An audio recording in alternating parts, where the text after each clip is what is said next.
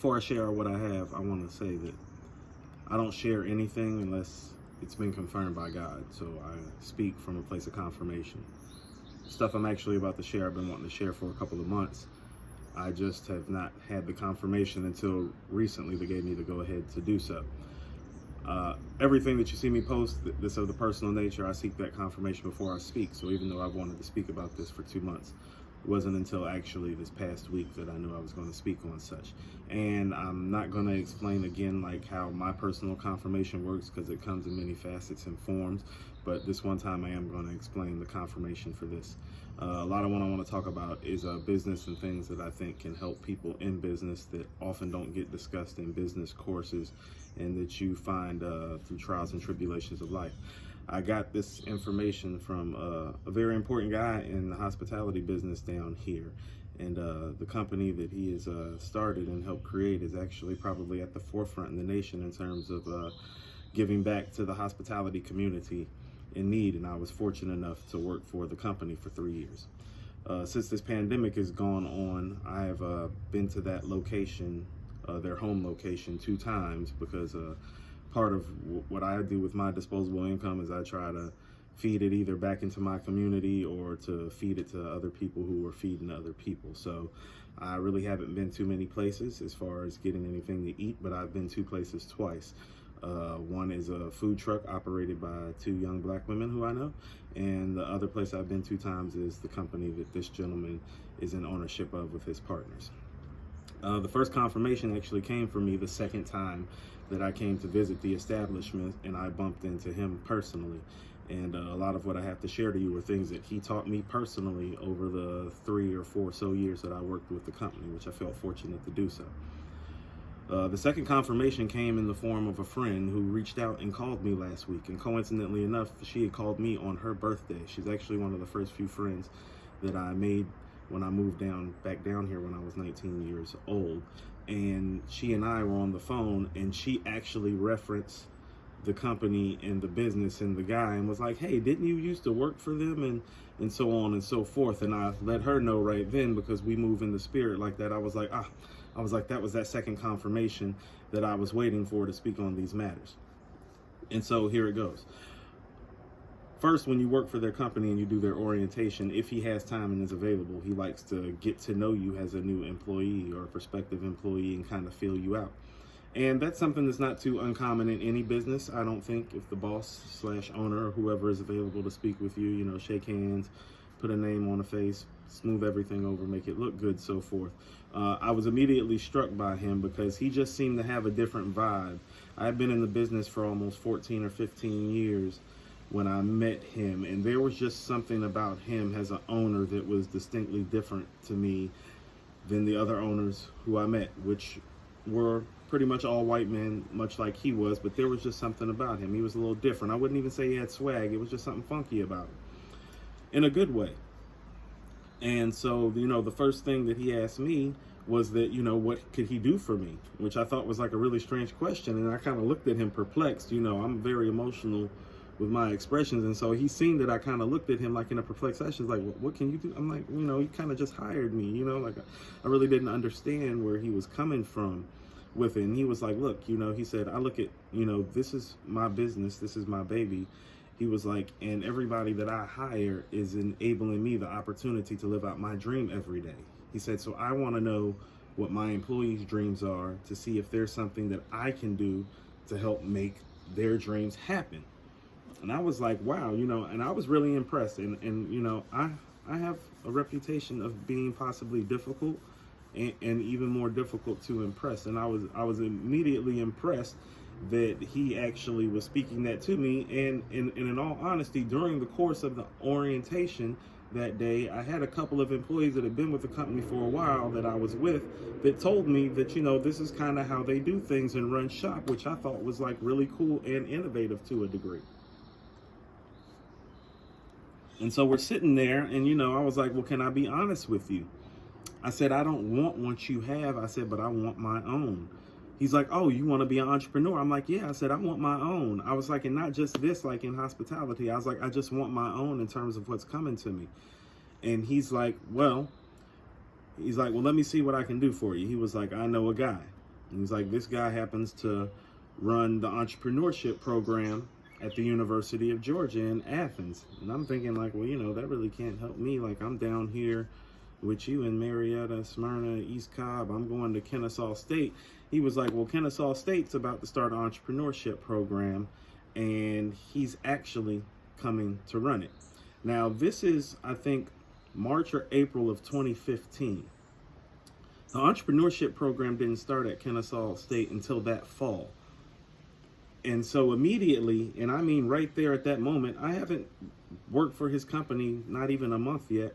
And he's like, yeah, I'm going to get on an email thread today, and, you all can talk and we'll get you plugged into all of that.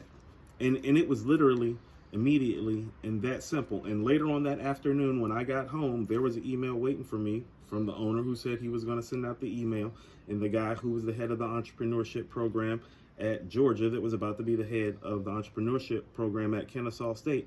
And he plugged me in literally a full semester before they even arrived on campus. So the first thing that he taught me isn't anything that he ever said to me. I saw the power and the strength of having a good and resourceful network at my disposal. That has a lot to do with who you choose to surround yourself with and the type of circles that you run in. So for a lot of you that are struggling right now, the first thing that you need to do outside of the self-evaluation is evaluating your resources and your network in your circle. Because in my first day meeting that man, he had done more for me than literally any other owner I had ever worked for in a day's time. And it really wasn't him that did the work. I immediately realized that some of his power resided in the strength of his network. So that's the first thing.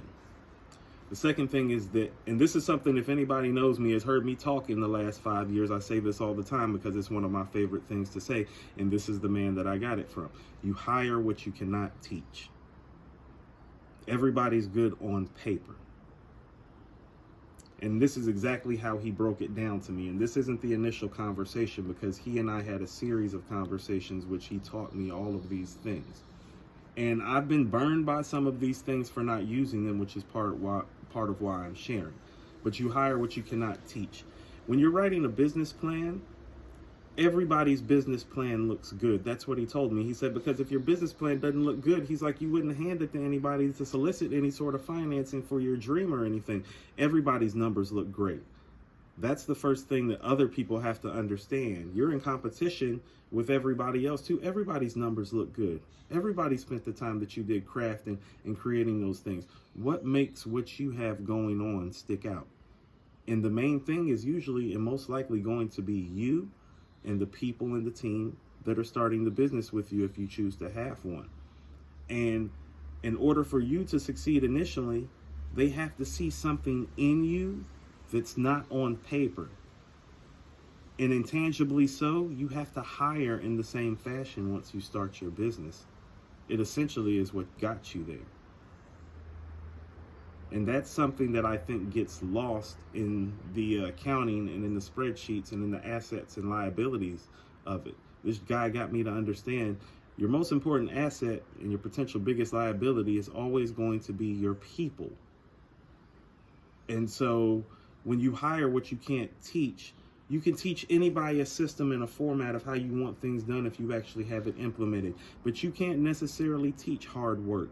You can't necessarily teach integrity. You can't teach honesty. You can't teach respect necessarily. Before they walk in the door, if they don't have that, before they walk in the door, the chances of them acquiring it in your establishment, they're not high because they have no sort of resume that speaks to them acquiring it before. What makes you think that they're going to step into your establishment and offer something new? So be very, very careful about who looks great on paper, so to speak. And relationally, he broke it down for me and he asked me, he was like, when you're building a relationship, and it all ties back to relationships, everybody kind of loves what's right about a person, but nobody is willing to really work through what's wrong. You have to hire people kind of in spite of, not because of. The next thing that he taught me is something that I personally felt the effects of. You have to know yourself. And if you have a partner, you have to know your partner almost as well as you know yourself. And so right now I'm going to share some things that I've really never shared before. A lot of people know I briefly was part of a restaurant called Good Food, which has now been dissolved. And I'm going to speak to some of the things that led to the dissolution in my eyes. And I take responsibility for these things, even though I don't feel some of the things that happened I'm personally at fault for. My reputation in this business has sometimes been that I'm very arrogant, and rightfully so. You know, I've been monikered with like a lot of names, and most of the names and monikers that I've been like tagged to as a celebrity are all people like who have been tagged as like, you know, hired gun assassin type characters like Kobe. And so I'm somebody that has not always been considered to be the best team player, even though like I'm more than willing to work within the framework of a team. But I'm also not going to deny that I love the stage. But one thing that I've always been is very mindful that I know who I am, and I have never let anybody take that from me. And it's cost me, you know, in a lot of job and potential career situations, me sticking to my guns and me doubling down like that, quite frankly. And for the most part, I don't regret any of those decisions. But the one time that I knew myself so well and I folded, I got burned for it on both sides, and I'm going to explain. Young lady I started the business with, she wasn't young, she was older than me. You know, she came to me with an idea. And part of the reason why she came to me was because she knew that I was somebody that A, knew how to galvanize people, as in to bring it in a crowd, and also knew operations and numbers. She was not necessarily as proficient as I was at either one of those things, hence why she kind of sought me out. And we began fleshing out things. The Good Food concept was probably the third or fourth concept, I believe, that we fleshed out together. Or iteration, you know. And we were doing a lot of things and building out footprint and concepts and such. And I want to be very clear about what I'm about to say. She reached out to me mostly to run the operations, as in the finances. As we were in the process of soliciting finances, and I would know because I'm the one that did most of the solicitation, I was actually able to solicit some finances on my side on a couple of occasions, but the caveat was that she could not be involved. So I declined those invitations. She sees this, just going to find this out today because I've never shared that with anybody other than today. Once I couldn't secure financing myself, went through the small business administration route, and we were offered different levels of money with different options, but in short, we could have solicited up to $200,000 worth of finances. I gave her the numbers and the options, we talked about it, and she declined. She said she felt like that we would be able to get a financer. She had somebody in mind who just so happened to be very close to her husband and her family. And she was able to secure that financing. I don't remember the exact numbers, but it was in the realm of $250,000. From the moment that she got that money, everything changed. And it changed really mostly because I didn't know her, and she definitely didn't know herself. And you definitely need to know yourself in business and who you're dealing with. And I say the only thing that saved me was knowing myself. Like knowing what my habits and my tendencies were, so I wasn't but so far locked in and on the hook with her. But here's what she became, and this ties back into some systemic and some institutional racism that people don't understand. From the moment that she got money as a white woman, she thought that she magically all of a sudden could teach herself, like Cliff Notes style on the fly, what it literally took me well over a decade to master. And the main reason the business collapsed was because she was in control of the finances, and she was never supposed to be in control of the finances because A, that's not what we discussed. B, that wasn't her strong suit. But C, she didn't know herself. So when she got that money, she misappropriated it because she didn't know what she was doing with it. Now, I saw early on that she was misappropriating the money, and I left early on, and I'm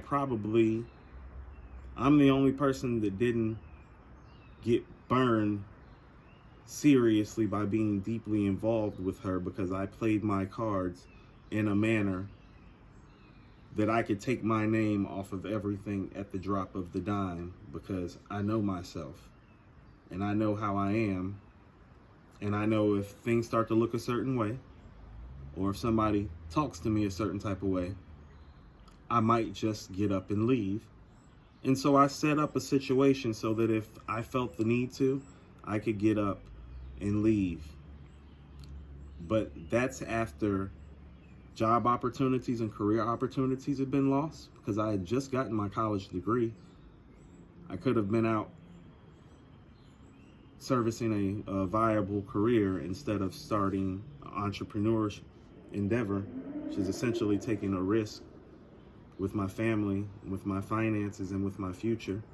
That's what you're doing when you're becoming an entrepreneur. You're taking a risk. And I chose to go that route, but I gave myself the flexibility and the option to pull out because I knew myself. But I still failed because I didn't know her well enough to know that she didn't know herself and that she would do that. Like, I honestly thought, like, this woman's college educated like me. She knows this area like I do. She came to me specifically about more or less handling the money. And then she got the money and thought she knew how to handle the money. And now that roughly same $250,000 that she solicited, I'm pretty certain, is hanging over her head or over the person's head who she solicited it from. And if it's over his head, I imagine they don't have much of a relationship anymore. But I will say it costs a lot of people a lot of time. It costs a lot of people a lot of money. It cost me my reputation to a degree.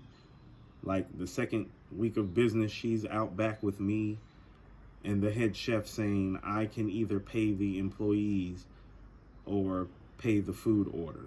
So she literally opened our business with no operating cost whatsoever.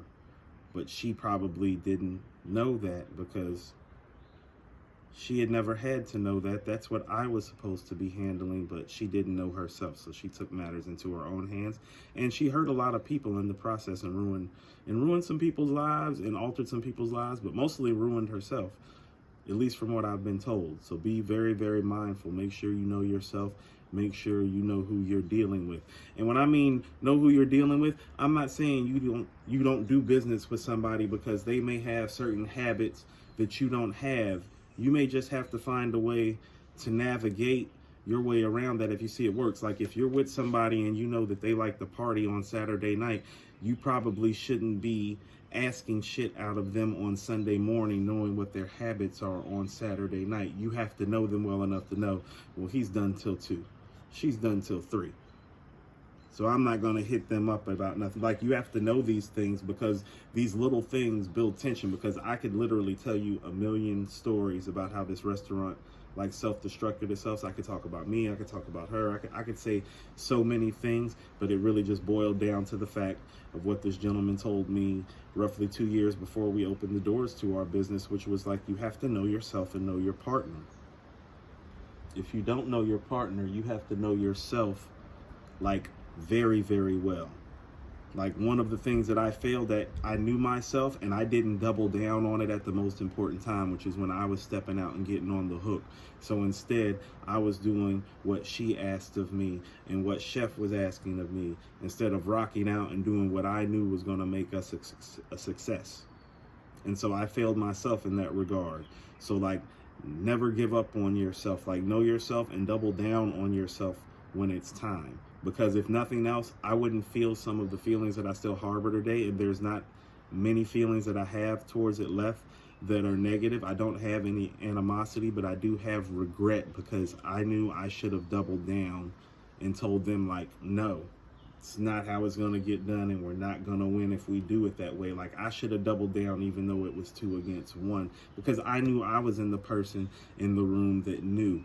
And here's where my reputation came back to hurt me. So many people have called me arrogant. So many people have looked at me like I've been a hired gun. At the most important time, that shit started to creep into my psyche.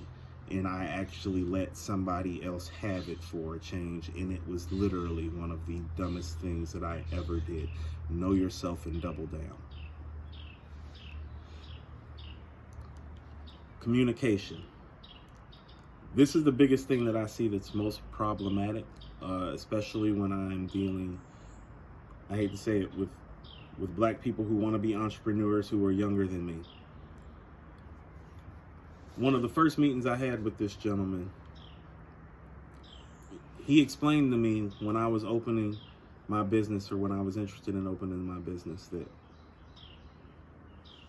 if it's early on and you're talking about building something with somebody and they do something you don't like or move in a manner that you find unbecoming, or if they can't do something simple like respond to the phone, he said you need to pick up and you need to run. And I see a lot of young black people not take this seriously. You all have to understand there are people out here who do not project themselves as such, but they are very business oriented and they handle their business a certain way. And you look a certain type of way when you can't do, as my mentor used to say, just pick up the phone and say, fuck you. It's not that hard. I know personally that I've missed out on a lot of opportunities just because I didn't respond in a timely fashion, or I didn't respond at all. And so there's a lot of unpacking that there's to do with that. But I remember him telling me, hey, he's like, if I'm trying to do something with somebody and they don't call me back or text me back or say like, hey, I'm busy or I'm sorry or whatever, he said, we're done. He said, we're done right there. He said, because that's letting me know that either A, they're not about their business, or B, they're really not that interested in what I'm putting down. And then he said something very cold to me that always stuck with me. He asked me if I had ever been in love. He was like, Armad, have you ever been in love? And I'm like, yeah. I'm like, not a lot, but you know. But I'm like, yeah. He's like, how many times have you been in love? And I'm like, well, not much, but I told him. And he was like, every time. He was like, didn't you kind of know? He said, wasn't there kind of something? He was like, didn't you kind of feel a spark there? He was like, there was something there, right? And I sat and I thought, and I was like, well, yeah, you know, every time there was. And he was like, that's a relationship. He said, business is a relationship too. He said, it works the same way. He said, so when you're trying to build something with somebody and they don't pick up the phone and call you back, he's like, they are saying, fuck you. He was like, some of them don't even realize that they're doing it. He was like, but you have to move on. He was like, just because it's just like the personal relationship. If you like her and you're calling her, trying to spend your time with her, trying to spend your money on and with her, and she's not responding, she's essentially telling you like, hey, not that interested, got somebody else, somebody's putting it down better. It could be a myriad of things, but it's not you. So a lot of you, and I already know what it is because I've used the same excuse. Well, I'm busy, or I had this, that, and the other, and I forgot. None of that matters in business. Nobody cares. Like, this is business and nobody cares. And like we as black people specifically, like this is for everybody, but for black people specifically, like we have to do better about the communication lines and the communication levels. We miss out on a lot of opportunities just because we be on that, oh, I'm busy, oh, I'm doing my thing. Like all that has to cease in order for there to be like true progress within any sort of community or in any sort of thriving like business organization. And here's the main thing that he made me understand. If somebody doesn't respect you enough to return your call, what can you really trust them with? You can't trust them to return the fucking phone call. There is no business. There is no opportunity. There is no relationship. There is no situation except for what existed before. He said, we could be best of friends. He said, but as far as business, we're done. He was like, I don't care if you take 4 or 5 days. He was like, take 4 or 5 days and be like, hey, that was my bad. I was busy. Fuck you. I'm not doing that. Take care. See you Saturday when we and like, that's how it's really supposed to be. And people who are really about their business will respect you. But what happens is that when you carry things in that manner around somebody who's actually about their business and they see that about you, you might think that you about your business, but you immediately just lost that person's respect. They look at you like hold on, like that ain't how we rock. And a lot of you need to humble yourselves to people who know more than business than you to achieve certain things. I used to always say, I'm gonna be honest with you, or I'm gonna be honest with you, or I would flip it all kinds of ways. I was talking to a black man. He and his wife are entrepreneurs and very successful at it, and he's older than me. He actually lives in this area about probably 10-15 minutes on the really, really nice side of this area. And he was like, hey man, and we were on the phone and he literally stopped. He was like, hold on. He said, every time you say, I'm gonna be honest with you, Armand, he said, it makes me feel like, well, what lies have you already told me? And he said, and as a black man, he said, that's a no. He said, you can't say that. He said, because you can't say it to me. He said, it's making me feel some type of way as a black businessman. He was like, so there are certain rooms that you can't walk in with that dialogue and that rhetoric. And it's the last time I used it in a conversation for business purposes, because I could humble myself enough to understand what he was trying to give me in the teaching. But that conversation was happening on the phone because, you see, he called me and I missed his call, but I called him back. Yes, I did. And so these things matter. A lot of you young black females think that, like, this is not like high school. There are like black men out here that want to do business with you because of your talents. Like, you being attractive doesn't mean anything to them. This is Atlanta, Georgia. They're like, literally, you can't go anywhere without seeing beautiful women. So, you know, some of you all need to pick up the phone. And if you can't decipher who's really coming to you, and this is for women, if you can't decipher who's coming to you for business and coming for play, you need to be evaluating the type of people you're around that you can't discern the difference. That's not the guy's problem who's trying to do business with you. And so we have to break down some barriers and stop casting aspersions on each other, or be under the assumption that every black man that talks about doing business with you wants to get in bed with you. Like, he might just want to actually do business with you, but you might have to pick up the phone and start discerning that, instead of treating it like we're in high school and he's trying to score. So, and all of this stuff has been invaluable to me. I've practiced these things. I've failed at some of these things. And I'm going to leave you with this. A lot of people know that I do freelance writing, and we've been doing these live shows of According to Hip Hop. And I'm just going to briefly tell you how my relationship with According to Hip Hop came to be. And this is the best way I could leave you, because it's the prime example that I have right now of a good business relationship that entails all these little things that I'm speaking of. When I was back in school at Kennesaw to get my degree, they gave me my English credits from UNCG from literally 1999. But I still had an English requirement to fulfill. It was an upper level English requirement.